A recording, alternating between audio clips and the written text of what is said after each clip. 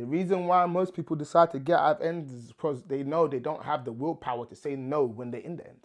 You don't know how to be different when you're in the ends. And that's because of expectation. They expect you to be what you are.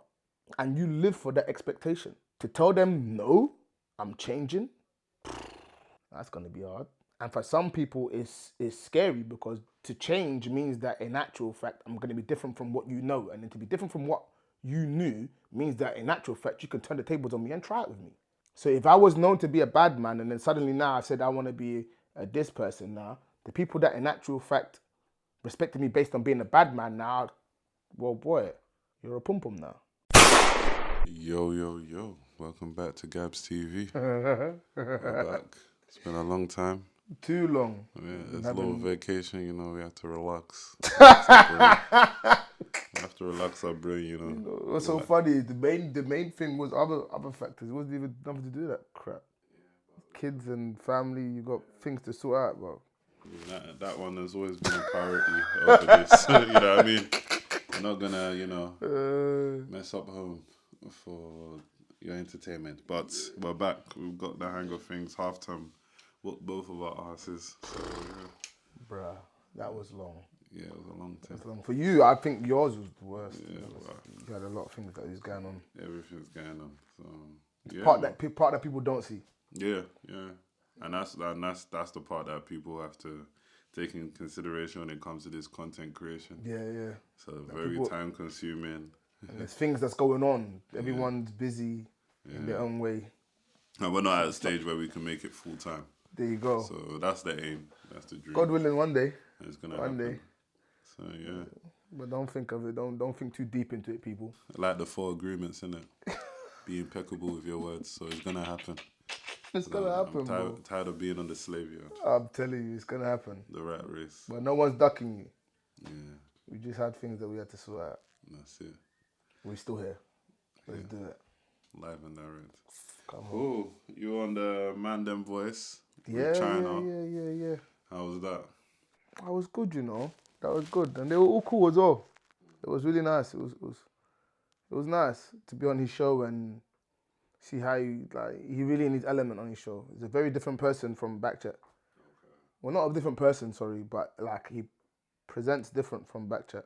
But I think most people would present different from Backchat anyway, because Backchat you don't really get time to speak and express yourself properly.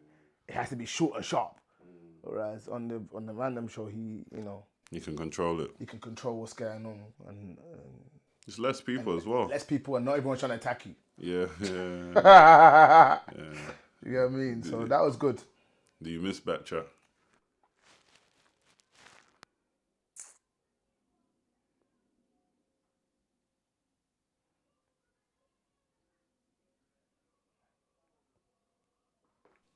This one's taking you long to answer. I don't know what to miss in order to know whether I miss it or not. If you get what I mean. I don't really know. You know when you say someone asks you what do you think of this? And if it's something that you've never actually thought about, like that, you have to ask yourself what am I supposed to care about so that I know what to actually care about, or to know if I even care about it or not? Do you get what I'm saying? There was nothing to really miss. It was a great experience, and I mean, if there was a different show that wasn't Backchat, then a continuation of something else, then I'd be like, yeah, but it was Backchat. We knew what it was going to be. They took most of your weekends. The way I was juggling with dad duties and all that, I'm like, can I tell you that I missed it? No, I'll tell you that it's a wonderful experience though. Would I want to do that again? Don't think so. I'd rather have a smaller group and do it. But I enjoyed it. I tried it. It was nice. It's good that you gave it a go. I just don't know what to miss. Yeah. I don't know what I would miss in order to know whether I miss it or not. Yeah. There was nothing about it that, oh, I wish I could do that again. We spoke. It was group chat. People attacked each other. Entertainment. Wasn't you entertained? I had to entertain myself for most of it, to be honest with you. Because for me, I don't have bad things to say about people. and I don't have like ammunition. Do you get what I'm saying? You know how people like they go and find your secrets, and they're ready to attack you based on your secrets and all that kind of stuff. I don't like. That's not really my character. Like I like to have a joke about what's going on right now. I like to. I've got a kind of dark sense of humor in the moment. I don't go and investigate. Some people are investigating about people's lives so that in the case that you try to comfort them, smoke. No, it'd be like that. So when you're around that all the time, it's like after a while it gets a bit like, what's wrong with you, though, man? Can we not just have debate, chat this, and then bounce, have a little drink after, and chill out? No one's trying to chill. It's like every day, every session. Sorry, is it session? Every recording, there's some form of a problem with someone, and someone say yes. I'm like, rah, man. This is wild. So, but I guess I miss some people there. I miss working with Andy, Zoe. It's more of the stuff off camera. Even the cast members, I miss them too in their own individual way. As a collective, no. But as individuals, yeah, man. It was nice talking to them and hearing their stories and listening to them and gisting. Then having bants with like Maggie, Zoe, everyone, like, Effendi, like, it was always like, do you get what I'm saying? It was calm. It was calm. nice, man. I enjoyed it. That's it then. So with the Mandem voice, there was a few things you lot were talking about in regards to drill. For some reason, you lot didn't even land on that. The drill part was, I don't know, I mean, I've been talking about like the music and how it affects young people, but again, in my mind, in my heart, it's like, it's music at the end of the day, you know, it's entertainment. If you're listening to it in the way that, let's say, the person that's rapping's ops are listening to it, then it's gone beyond music.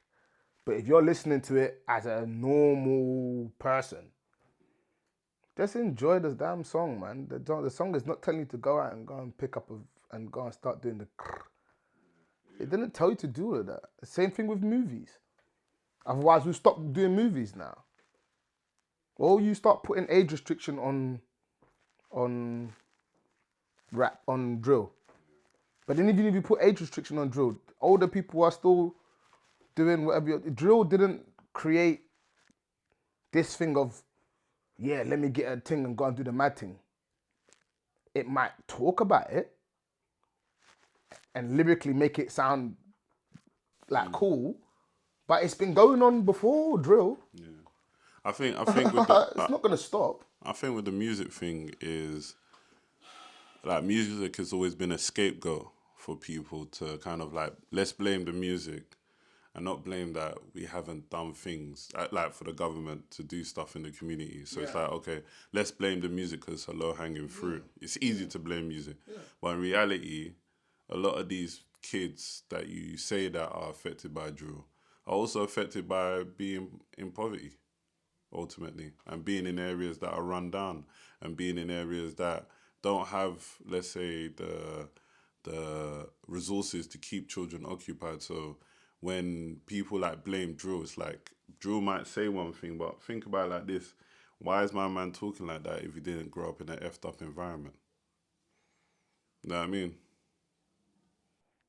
Yeah. I get you. Yeah. To a degree, I agree. But I would go one further and say the environment is fine. It's the people that are in the environment. And often the people that are in the environment, there's too many of the same people in the same struggle. And you might get, let's say, 2% that actually have two parents are doing well and whatever else, in which case you're surrounded by 98% of people that are not doing well, in which case you're going to then have problems. Now, if we go one further, let's look at it from the perspective of working class. I mean, people that, and unfortunately, can't afford to live in those areas have to then live in those areas. Therefore, that then becomes a problem if you're talking about money, because then we know it's a low income area. And often what you find with low income areas is that parents are not always around. And when parents are not always around, where are the kids? In the community. Now, it wasn't as bad before. Now, I would say it's terrible. There is no community anymore. Whereas before, you got away with it to a degree because as much as there was bad things that was happening within the area, there was always older people to regulate those bad things. So when you were younger, to be a young buck, you had to prove that you was on this. But for most people, you couldn't. They'd send you back to school. OGs would tell you, nah, get out of there. You're not ready for all of this. Whereas now, you don't even have to prove anything. You don't have to show nothing. Come, you're with me. Do you know what I'm saying? Whereas before, if you saw someone's mum walking down the road, auntie, and you were smoking, you ran. Like you tried your best. You tried your best. Yeah, I had mates that had smoked and did stuff, the but hell? they would They're not never saying- want to do that in front of my mum. In that area, they're doing it. Yeah. In the rich area, they're doing it. Maybe their drugs might be a bit different from even that one. Do you know what I'm saying? But you ran. Now, guys will walk up to your mum, auntie, what's going on? You good? Whilst blowing the spliff. Is that the community? No, that's the people that's within the community. The people that's within the community often affect how things function in that community. So you could be from a low income area, but that doesn't mean that you have to piss on the block. It doesn't mean you have to piss in the elevator. I mean, you do have a toilet. And worst case, there's bushes. At least the bush would be better than you pissing inside the lift. But again, that's not the lift. All the areas that are built, if you look at them, they're perfectly fine. They're wonderful. Problem is that you have an influx of low-income families in there. And then, of course, with low-income families mean that there's less parenting. And there's less parenting because there's more hours spent on working, which then takes you away from your home. So then who raises your kids? Who guides your kids? Local guys within the area, but they don't have no guidance themselves. So what do we have? Blind leading the blind. Blind leading the blind. And then you develop a mindset. And you grow within that mindset. And then you struggle to see any other mindset. And what you don't actually realize is that you're a minority within the minority, but you think your minority within the minority is the actual universe itself. When the truth is, it's nowhere near. You know, but you place so much value in that thing that you can't see anything else. You know, that's not the environment causing that for you. That's the people within the environment. What do you want to do? Yeah, no. So I get what you're saying. I can't all the way blame an area. You know. No, I agree part with of you. that is families. I agree with you 100%. And I don't blame them as far as you're the reason why your kids. Well, obviously, there's some parents that you just sit there and think, what are you doing? Yeah. But then there's other parents, it's just like, what are you asking us to do? Okay. I'm at home more. Gas has gone up. Electric's gone up. What do you want me to do? But then there's some parents that in actual fact, I'm not as home as much. I'm still earning, but still doing things that really and truly could give me more time to spend with my children, but I'm not doing it anyway. And then I'm blaming the system for why things are not going the way they need to go. I think there's been a big rug pull when it comes to how society is gone, because I think all these bills going up, everything, cost of living, I think now more people have to, spend time more at work. And obviously parenting is being compromised, but obviously, there'll be the argument, well, why would you have these kids and so on? So, well, when people had the kids in the first place, it wasn't £200, £300 a month for gas and electricity. You know what I mean? If you could foresee how things have gone since, let's say, 2020, like no one saw this. You know what I mean? Everything has gone up. Like minimum spend of a grocery shop now is like 60 a week. You know what I mean? It's crazy. Yeah. You know what I mean? So it's just like, and going back to what you said about pissing on the block and so on. So I was in Germany this summer, and they have so much. We would consider it a social housing, but they have a lot of apartments in Germany. Bro, all them apartments are well maintained. Yeah. It's the people. You know what I mean? And Rather than paint outside your house and make your house look nice, you'd leave it and let it get rusty and dusty. Every block that gets built, even from a trainer that you wear, has come to you brand new. Now, the trainer is not gonna last forever, nor is that block gonna last forever. But what can happen is if you maintain that thing, it will. I won't say last forever because obviously wear and tear is wear and tear.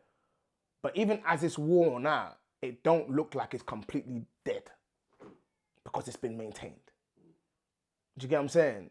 There will still, and then you can make additions to it to make it nicer, to move away from the fact that this is some old rusty building. But what you believe is that we're in the trenches and you've confused what an actual trenches is. This is not trenches. They're wonderful apartments. And if you look at the value of the places that people are living in London, compared to the prices of what people pay in Essex, you then begin to question, okay, if this place is so ghetto and so run down, why is it almost twice as expensive as the place that looks nice out of London? the conspiracy hat says that gentrification is a real thing. Hello, motherfucker. You know what I'm saying? Like, think about it. Yeah. It's dead, it's crusty. I would never live here. Why would anyone live here? But somehow it's more expensive than the places that look super nice further out. So what's that telling you? What's going on? What's going on? But is anyone thinking that? No. It's blind leading the blind. And blind is telling you we're in the ghetto. Then you will now go and tell the other one, we're in the ghetto. We gotta get out. As soon as you move all of you as a collective out, that place becomes nice again, and that new place that you went to now becomes the ghetto. So is it the area that is the ghetto, or is it you as a person? I think that goes back to the last episode where you were saying about how we've got to move out the ends to get a different perspective. Or not necessarily just move out the ends, but just kind of branch out and kind of understand that even like the way you move, you don't need to move like that. I tell you what, with that one there, I'll give you a little example of that one there. You don't have to move out the ends to get a different perspective. But it's almost impossible, especially for young, impressionable people, to see beyond what they see on a daily basis. For example, you was in school, yeah? I was in school. You know that you're not supposed to have those friends. And the teachers warn you about those friends all the time. And you yourself secretly, you know you're getting in more trouble with those friends than any other friend. Now, the easiest thing to say would be, all right, I'm not going to be their friend anymore. But guess what? Come tomorrow, yo, Gabz, we're gone. Can I blank that? It would take some next level of mental strength, maturity, to be like, no, don't worry, go on with you lot, man. I can't roll with you lot no more. Because the social pressure is mad. So I'm coming to school every day to see you guys, and I'm gonna pretend like I'm not cool with you, or I'm gonna act like I can't, or I'm gonna tell you that I'm distancing myself if I've got to see you every day. The reason why most people decide to get out of ends is because they know they don't have the willpower to say no when they're in the ends. You don't know how to be different when you're in the ends. And that's because of expectation. They expect you to be what you are. And you live for that expectation. To tell them, no, I'm changing, that's going to be hard. And for some people, it's scary because to change means that in actual fact, I'm going to be different from what you know. And then to be different from what you knew means that in actual fact, you can turn the tables on me and try it with me. So if I was known to be a bad man and then suddenly now I said I want to be this person now, the people that in actual fact respected me based on being a bad man now, well, boy, you're a pum-pum now. Now imagine living in that same environment. Now, you know that you're not a pum-pum, but they think you're a pum-pum.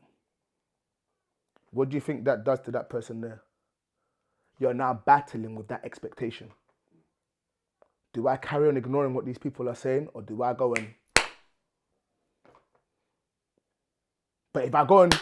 I got to live here. So I've done the mad thing that day. Tomorrow, another mad thing. But I'm trying to transition to go and do that thing.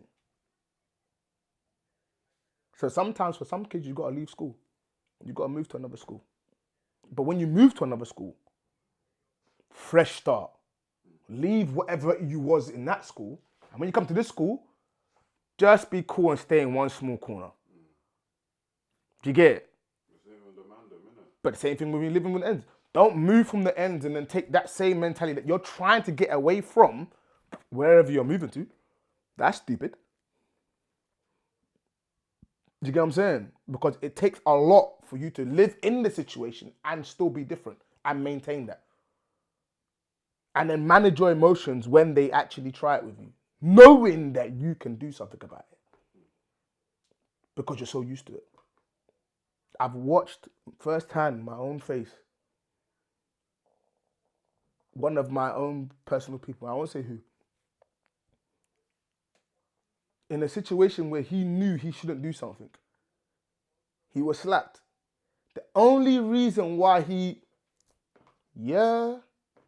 was because the other person was standing and saw him get slapped. Everything in him told him, nah, let me just leave this alone. But the thought of tomorrow, the minority within the minority talking about him, made him react straight away. Bam. AM, jail. Till today when I speak to him, he always reverts back to that thing. I wish I just left this one alone. I said, you see how easy it is to get caught up in this thing. He knew what he could do. He wasn't afraid of what was coming. The slap meant nothing. It didn't even hurt. But for the fact that someone else saw him get slapped,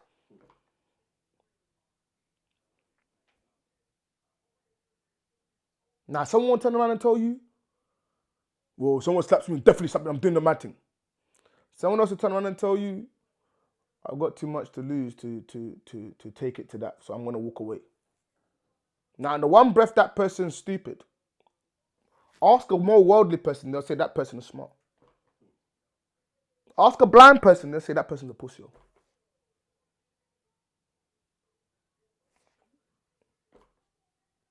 Which one are you going with? Now, if your world is based on that world, you're going to make sure you do something because you don't want to be called a pussy. But if your world is that world, then you're going to have to accept that that world is going to call you a pussy.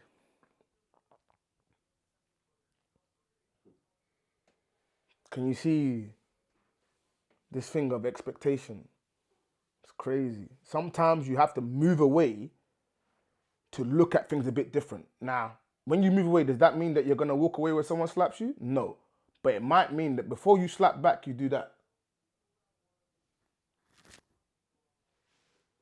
Have a look around. And if it's in a situation where if I do this, I may not be able to get away with it, you might have to walk away. Because respectfully, however way it goes, is that if you're transitioning into a different part of your life, you're going to have to accept that there's some things that you can't be headless about. Because being headless could cause everything to go down the toilet. Then what? Well, they all think that you're hard, but guess what? You've lost everything on that side. Lose your freedom. So then one would ask, what's more valuable to you? Now, if you struggle to be the person that can stay in that same situation and walk away, then what would I say to you? You need to get out of ends. You need to get out. Because your heart's telling you something and your mind's telling you the opposite. And mate, it's a difficult thing, man. When you get out, it's easier that way because you don't hear the noise. Only one or two will call you and tell you about it. The most of the people, you ain't paying attention. And that's how you realize how small your little world is. Or the world that you thought was big. That's how small it is. As soon as you move out. As soon as you move out, you start looking at it very different. You know what? You start clocking.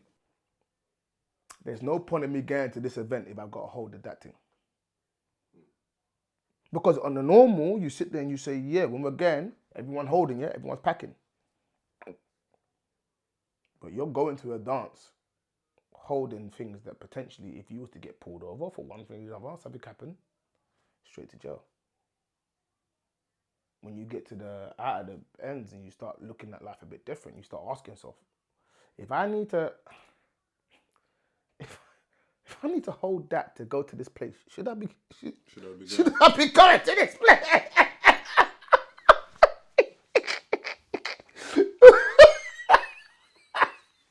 That made no sense.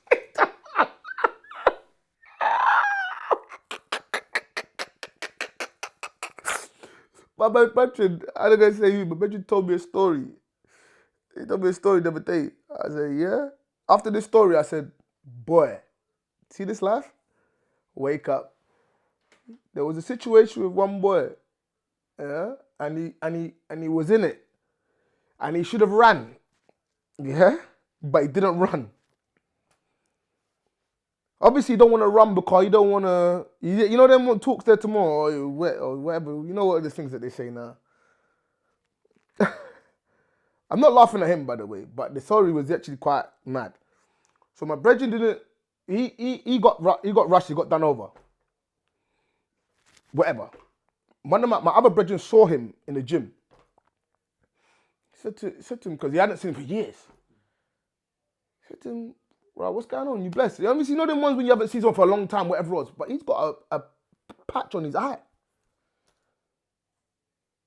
I have curiosity. Like, I have nothing. Like, but you're just like, why you got that on your face? He said, fam, I ain't got no eye. I said, what do you mean? Man flipped it up. Look. Remember that day that I did that thing and I went missing for a while? Yeah, they got me, bro. I said, what? You lost an eye? So they've done whatever else and whatever they didn't want to do. And I guess at some point during that session, he's asked him, he said to him, be honest with me. If you could go back in that situation, would you have stayed or would you have ran? I said, bro, I would have legged it.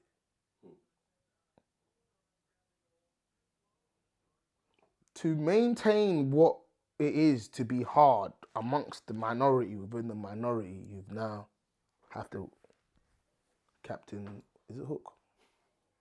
You have to captain hook the thing for the, you have to be a pirate for the rest of your life. Can't see. Now, would they say you're hard? Yeah. But guess what? 5 years down the line, nobody knows the story. Nobody even cares. So now what? Are you really hard? But following the blind, you make yourself believe you're hard. But now, from being hard, you have one eye less.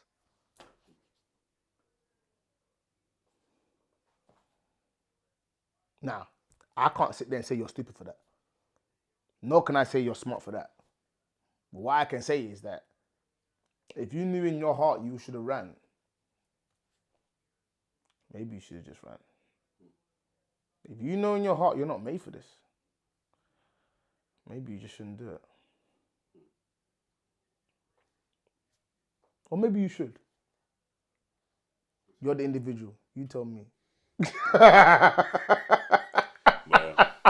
Well, going back to what you were saying about, moving at the ends, obviously, when do you feel like, it's the right time to leave your friends? Because I saw a YouTube video where a guy was talking about, like, this beef thing is forever, this and that. I say, being in your bedroom must be a long thing, because you ain't even trying to grow up. Like, guys have got kids now.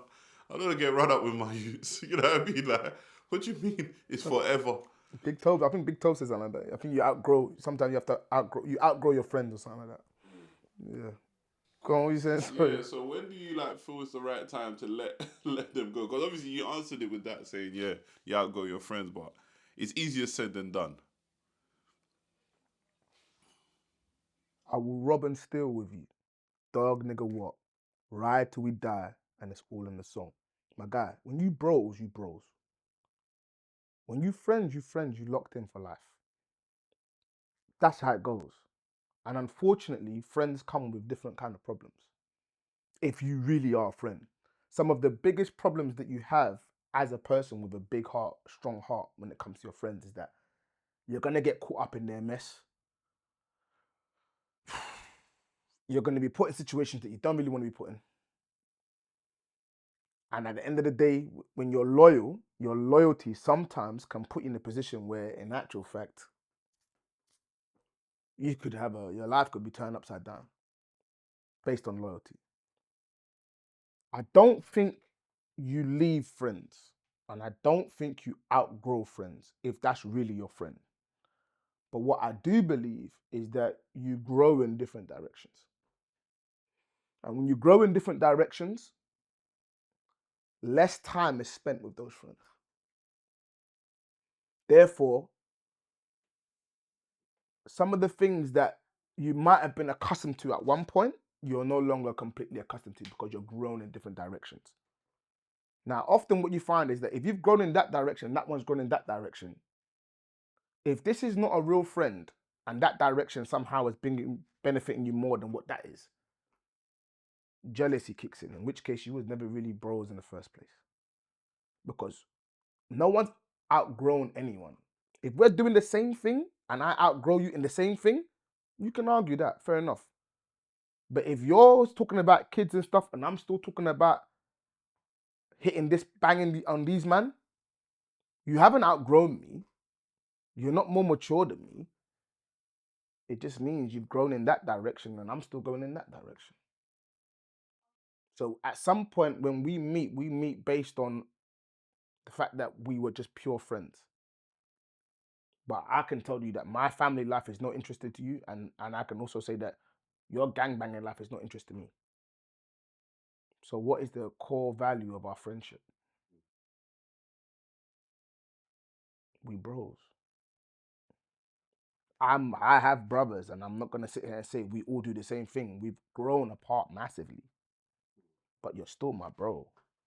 Like we have a chin where we talk about the past, whatever else. But what it is that I'm not gonna be with you all the time. So therefore, I can't really get caught up in the things that you're getting caught up in because, like I've said to you, if you're telling me let's go out together, but at the same time I know that going out with you is going to be a risk for me in that way, rather than go out with you, I might tell you, how about we just come to my house, or how about we go to this particular place that I know nothing can really kick off. You know, do you know what I'm saying? Because for me personally, I haven't outgrown you. You're still my friend. It's just that we've grown in different directions. And if you expect me in the state that I'm in or the place that I'm in right now to act, not to understand, but to accept some of the things you're doing and then apply it in my own, then you're crazy. You know. But then again, because we might have come up this way and we've slowly done that, you might be feeling like because we've done this first part together, that I'm better than you or you're better than me because I'm not doing that thing. And that comes from that saying of, I outgrew my friends. You might be here working and I might become a star, movie star, doing all these big things. I haven't outgrown you. You work, and your industry is, I don't know, teaching. My industry is filming. I haven't outgrown you. I've just grown in a different direction, my boy. But if you're threatened by my growth in my own direction, then that's not a me problem, that's a you problem. Because if you have time off, I tell you, Los, I'm going to a premiere. You want to come? Remember, this is my industry. This is what I've grown into. I got football game tickets. They've given me this, whatever. Do you want to come? Now, if you turn around and you move like you don't want to come because you're feeling a certain kind of way, that's not what I did. That's a you problem. In which case, then maybe we wasn't friends in the first place. That's the question I want to ask. So, do you generally believe it's that we're not friends in the first place, or everyone has to feel the emotions that come with someone's success? And the reason why I say that is I just kind of try to play a bit of devil advocate in the sense of, okay, cool. You said in that earlier episode that people's success motivated you, Yeah. but not everybody's gonna have that motivation from success.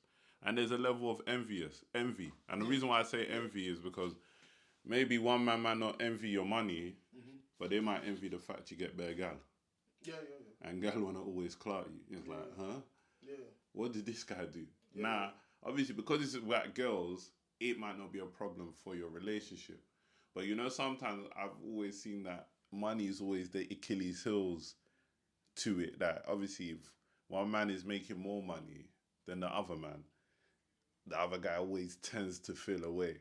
But it's not like he ain't doing well. It's just he hasn't dealt with the insecurities with that. But is it enough to say that he wasn't a friend? Because when you lot were on the same level financially, or nobody knew what everybody's finances were, it's only now that we're getting older that it's getting apparent who's done what they're supposed to do and who's not. Do you get what I mean? Yeah. So that's why I say, like, is it like, okay, black and white in the sense of, okay, yeah, he's not your friend, or he wasn't a real friend because he feels a way now that he feels that you might have changed, and we're not talking about anyone, but do you get what I mean? Yeah.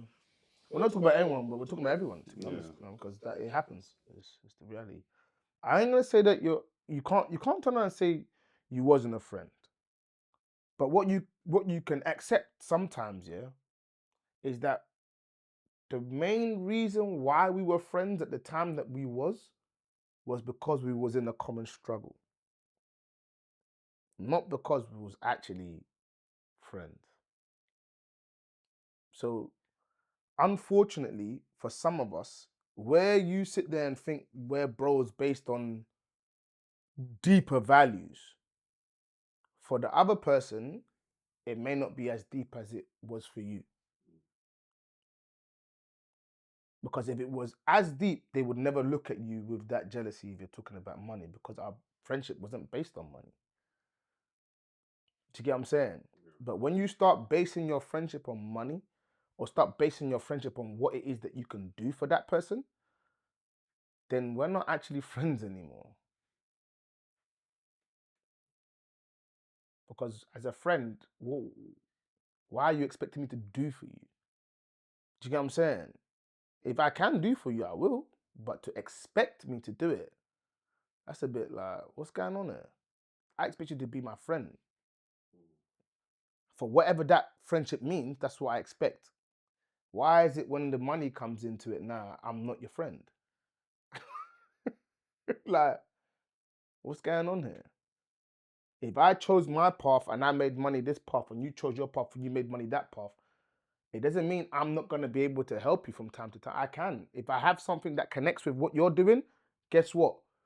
I know a guy that does this. Yeah. That's my friend. My friend does that, yeah? Oh, you need something like that done? Bro, I've got this client. He's saying that he needs to... You want to do that? Yeah. Yeah? My friend could do it for you. Now, if I set that up, I don't set that up to gain financial from you. I set that up because you're my friend, but I'm still going in this direction.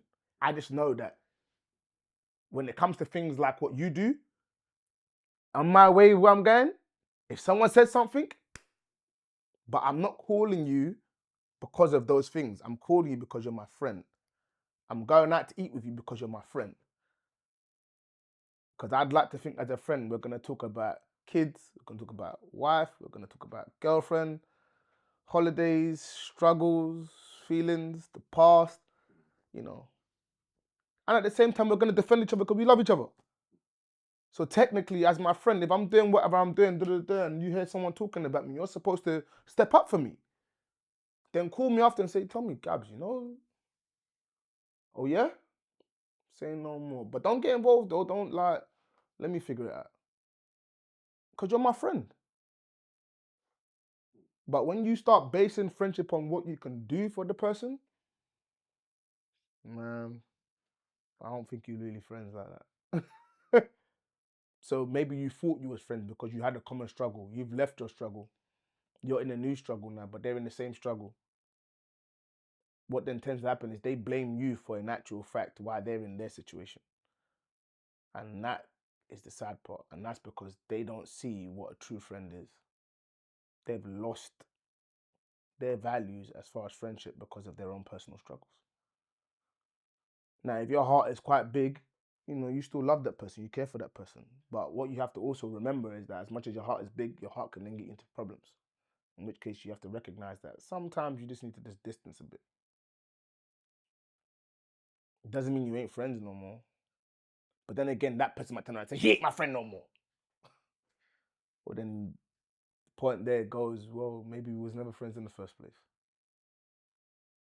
Maybe we was only friends because of that common struggle. And if that's the case, I guess it was a beautiful time when we had, no hard feelings. We had a great time together. Ideally, I wouldn't want it to be that way, but that's often how it goes sometimes. Yeah. It's everyone's interpretation of what a friend is different. Yeah. I think expectation is definitely something that, I don't know, is it something you do you feel like you can manage people's expectations as well when it comes to friendships? No. Because you can have rules and so on so in place, or are you the reason why I say that is because sometimes a lot of the reasons why people do what they do is because of guilt and they witnessed the downfall and they didn't do anything. So essentially it's like I have friends that might ask me for advice and so on so.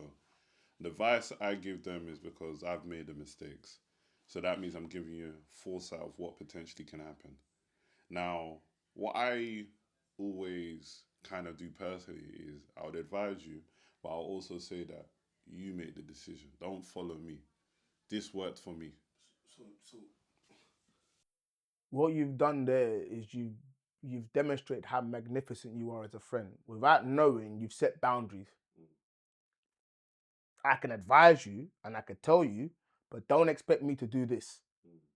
So then there's some friends that you turn around and say, what? Yeah, are you not backing it? Your friend has told you from beforehand, I don't do this no more. So I'm not backing it. Now, if for one reason or another, that is the reason why we can't be friends anymore, then we're not friends anymore because I've given you my boundaries. I'm not doing that. If you can't accept me as a friend, telling you as an honest friend, I'm not involved in this, then what are we doing here? So what I then recognized from young compared to now is that I had no boundaries when it comes to friends. All of my friends' problems, my problem. Ride and die with your friends and boom, boom, boom. Over the years, what you then realize is that you need to have a bit of boundaries with friends. Because the truth is that what you do for your friend, you expect them to do back for you, but that's not the case. So remember when I said to you before, like some friends could be in a situation and they'll run and leave you because they're scared. But then what then happens is that you then look at them as they're not a friend. But the truth is that they're still your friend. It's just that your expectation for them to not be afraid in situations is insane. How can you expect them to not be scared in a situation that you're not scared in? They don't have the same heart as you. You make it almost impossible for you to have friends because all the friends that you have to be on it. That don't make no sense. It doesn't make no sense. Do you get what I'm saying? So respectfully, in situations where that's happened, let's say with me personally, I just say, boy, they was afraid. So they've done what they've done. But I would prefer you told me beforehand so that I know the boundaries. Because for me personally, I'm like, I don't want you to pretend like you're on something that you ain't on as a friend. Doesn't mean because you're not on it, doesn't mean that I'm gonna be like, no, you can't be my friend. It just means that in situations I know you're not on it. So if I know you're not on it and this is not what you want to do, let's make sure that we're not in this situation. Prevention better than cure. So there's like, for example, I go to certain shows and we went to Dami show. This can't come out. And I was explaining to him, certain friends that I've got, I wouldn't bring to your studio. No. He said, why? Do you know how expensive this stuff is that's in here? No, man. No, they can't come here. They'll be innocent for now, but in the back of their mind, You just collect something. maybe on a sad day. Oh, when you going back to that studio?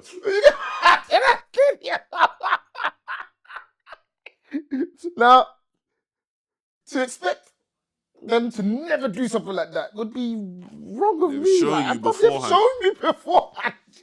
You know, the only time that it's a surprise to you is when they've never done something like that. But you see, once you've done one thing like that to me, let's say as a friend, you don't even need to put boundaries as a friend. I already know. Yeah, you're capable of doing this. That last time, I don't care how many times you try to reverse it. If you said something that time or you did something that time, if something like that happens in the future, well, you've done it before. So guess what? You ain't coming with me. I'll go and meet those people on my own because I can control and manage what it is I do. But what I can't do is manage what my friends do. And respectfully, to expect me to be the person that in actual fact controls everything that my friends does is insane. What am I, the Godfather?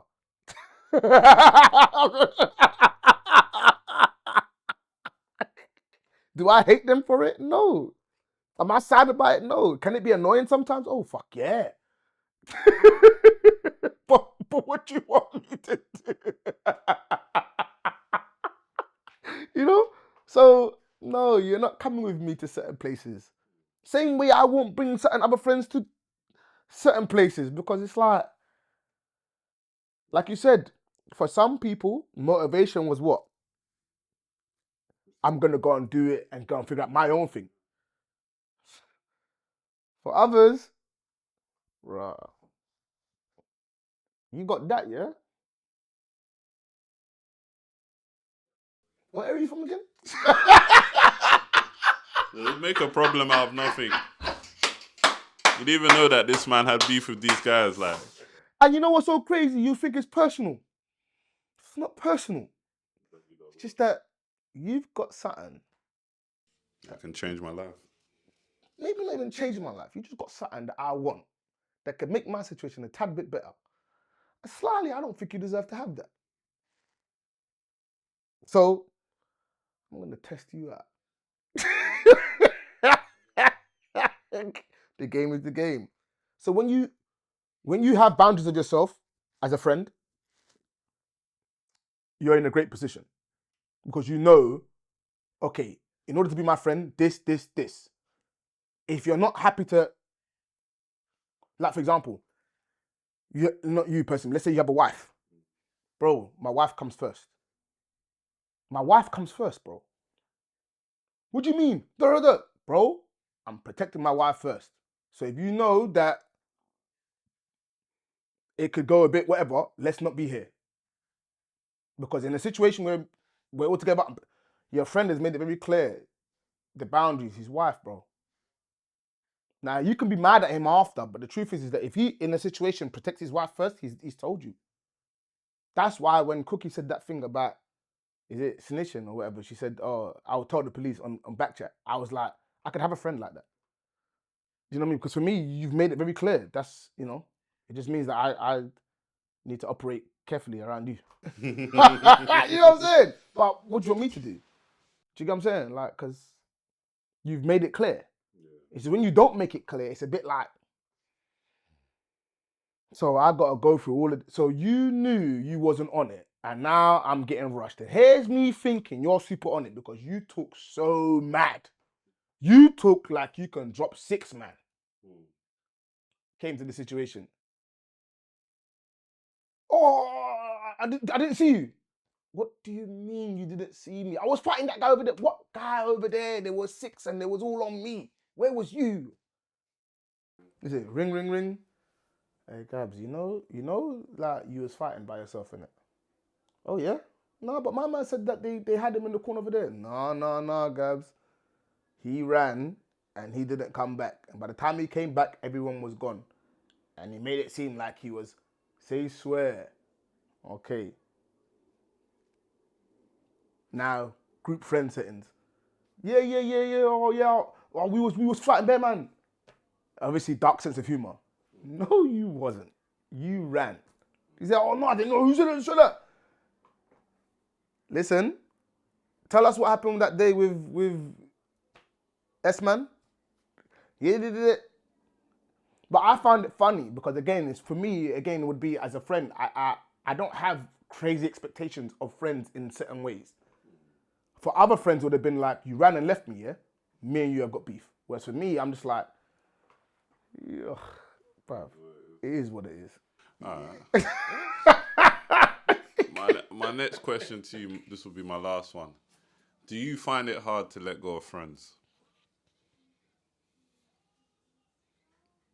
And when I say friends, I'm not talking about ones you met.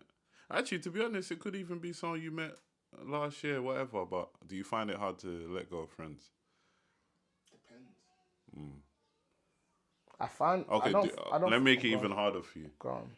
Do you find it hard to let go of friends that you love? Shit. Hell yeah. Nah, that's a different kind of. Because when man love you. Even if I had to cane you because I love you, it's not out of anger, it's out of love. You know, like I genuinely care about you. You're my actual friend, you're my bro, you're my guy. In actual fact, I can't even get angry at you. I don't feel like venom when it comes to you. I feel hurt. Like you hurt my feelings, my guy. Like how can you do that to me kind of thing?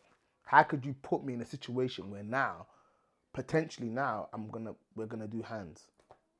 Or, so that one day, it's more pain. Because again, you're not just losing a friend, you're almost losing a brother. And that's painful, it hurts. It proper hurts. Especially if you love that person. So you know what I'm saying? So for me, yeah, it would hurt. It would hurt. It would be very difficult to lose a brother / friend. It would be very, very difficult. It's a process for me. It would take me a bit of time to get the feelings out of my system. Because I don't feel violation when you hurt me. I don't feel embarrassment when you hurt me. Sorry, when you do that. I just feel pain, like my heart is hurt. Do you get what I'm saying? I don't even think to attack you straight away. I've had situations like that, even of recent. And then you know what's so mad? Also of recent, the guy's even bragging about what he identifies as ducking me down or whatever crap he says to people. When the truth is that if you duck me down, like, first of all, you can't catch me if I was to run. And if I was so busy running, why did I come towards you? But you're so fixed on trying to convince people that you've got beef with me or whatever else, that you don't even realize you're actually hurting my feelings. That means all of what we've been through, the amount of times I've risked my life for you, was for what? Was for nothing. I think we'll do a part 2 to this because the camera's getting hot and it's overdone. Technical difficulties.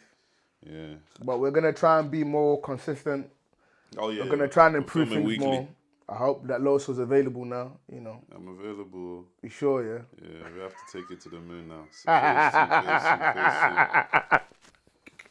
Anyway. All right. Gabz, Well, appreciate you again, everyone. Thank you. And the messages are even better now. You know, the comments are like, thank you for that. You're giving me things to think about. None of that dumb stuff. I don't. We've got some reaction videos coming up as well. Say no more.